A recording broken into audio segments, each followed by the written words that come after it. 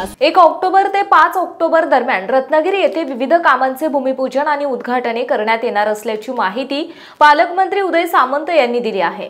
याचं काम कंपाऊंड वॉलचं सुरू आहे। त्याचं भूमिपूजन आम्ही 4 किंवा 5 तारखेला करतोय। 1 तारखेला जिल्ह्याच्या दृष्टीने अतिशय महत्त्वाचा कार्यक्रम आहे।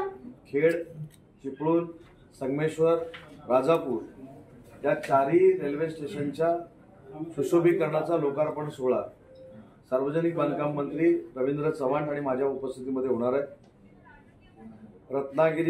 रत्नागिरी जिल्ह्याचं जे रेल्वे स्टेशन आहे, मेन रेल्वे स्टेशन, त्याच्या देखील सुशोभीकरणाचा लोकार्पण सोहळा आणि महाराष्ट्रातलं सगळ्यात सुसज्ज रेल्वे स्टेशन 40 कोटी रुपये खर्च करून आपण जे बांधतोय त्याचा भूमिपूजन सोहळा हा 2 तारखेला रत्नागिरीमध्ये आयोजित करण्यात आलेला आहे।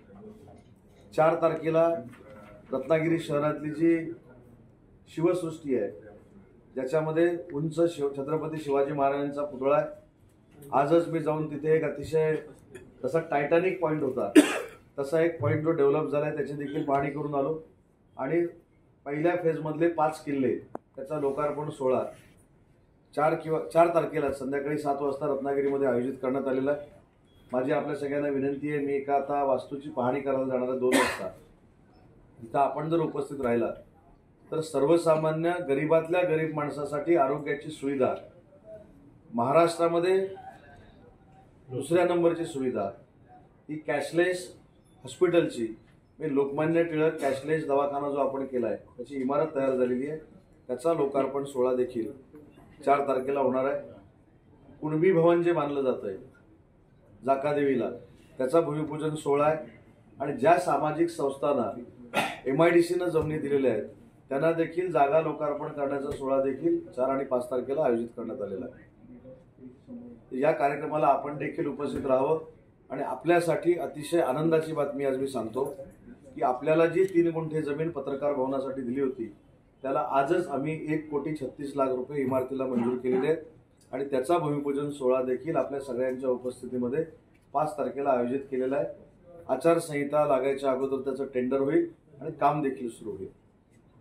रत्नागिरी येथे सुरू करण्यात आलेल्या मेडिकल कॉलेजच्या पहिल्याच वर्षाचा निकाल दमदार लागला असल्याची माहिती पालकमंत्री उदय सामंत यांनी रत्नागिरी येथे आयोजित पत्रकार परिषदेमध्ये बोलताना दिली आणि सर्व विद्यार्थ्यांचे अभिनंदन केले।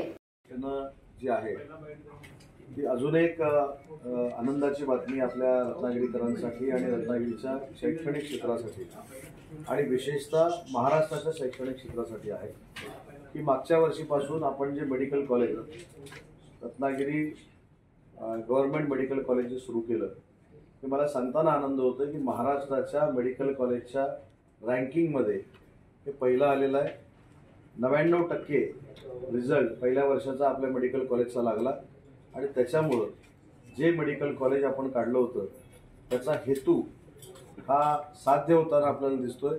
भविष्यामध्ये देखील हे मेडिकल कॉलेज देशातलं 1 नंबरचं असावं यासाठी आम्ही सगळे मिळून प्रयत्न करू आणि म्हणून तुमच्या वतीनं, रत्नागिरीकरांच्या वतीनं मी त्या विद्यार्थ्यांना, तिथल्या प्राचार्यांना, तिथल्या डीनना आणि सगळ्या स्टाफला देखील त्यांचं अभिनंदन करतो आणि रत्नागिरीच्या शैक्षणिक इतिहासामध्ये पहिल्यांदाच मेडिकल कॉलेजनं ठसा उमटवल्याबद्दल त्यांचे आभार देखील मानतो।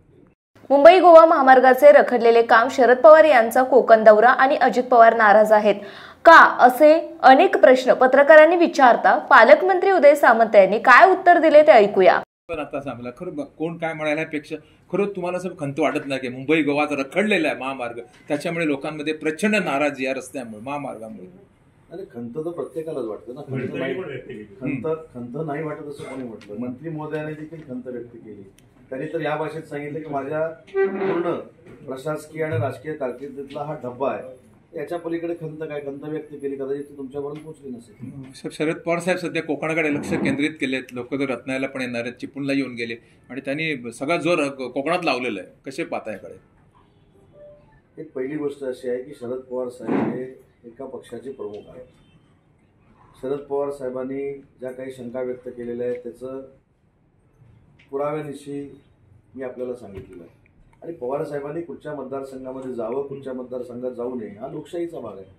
त्याच्यामुळे पवार साहेब माझ्या मतदारसंघात येणार, राजापूर मतदारसंघात येणार, गुहागर मतदारसंघात येणार म्हणून त्याच्यावर टिप्पणी करणं हे मला योग्य वाटतं. खरोखर अजितदादांचा ना माहितीमध्ये पटत नाही, ते लवकरच बाहेर पडणार. हे बातम्या अफवा आहे की नेमकं काय? कारण तुम्ही अंदरकी बात सांगू शकता. ही बातमी अतिशय दादांत खोटी आहे. अजितदादांचं आणि दोन्ही पूर्वीच्या आमच्या नेत्यांचं अतिशय बॉन्डिंग चांगलं आहे. त्याच्यामुळे तुम्हाला देखील चिंता करण्याची काही आवश्यकता नाही. भाजपूर सावंतवाडी. समंदर की गोद में पला है तू, अंगड़ाई लेते ही लहरें शुरू. आज यौवन की मस्ती छोड़, ले चलता हूं तुझे एक नए मोड़. आजा तुझे मां पुकारे अब, छेड़ देते हैं बीच से कुछ शरारत हंसी. गले लगा ले उसे ए फकीर, इंतजार कर रहा है तेरा तो. चल दे देते हैं उसे फसल की खूबसूरती तो. आजा तुझे मां पुकारे अब, उन्हें भी देनी है एक नई पहचान. आजा तुझे मां पुकारे अब. फिनोलेक्स पाइप्स पहुंचाए पानी को अपनी मां के पास. महाराष्ट्रातील तसेच कोकणातील महत्त्वाच्या बातम्या पाहण्यासाठी कोकण 24 तास न्यूज चॅनलला YouTube वर सबस्क्राइब करा आणि बेल आयकॉन प्रेस करा.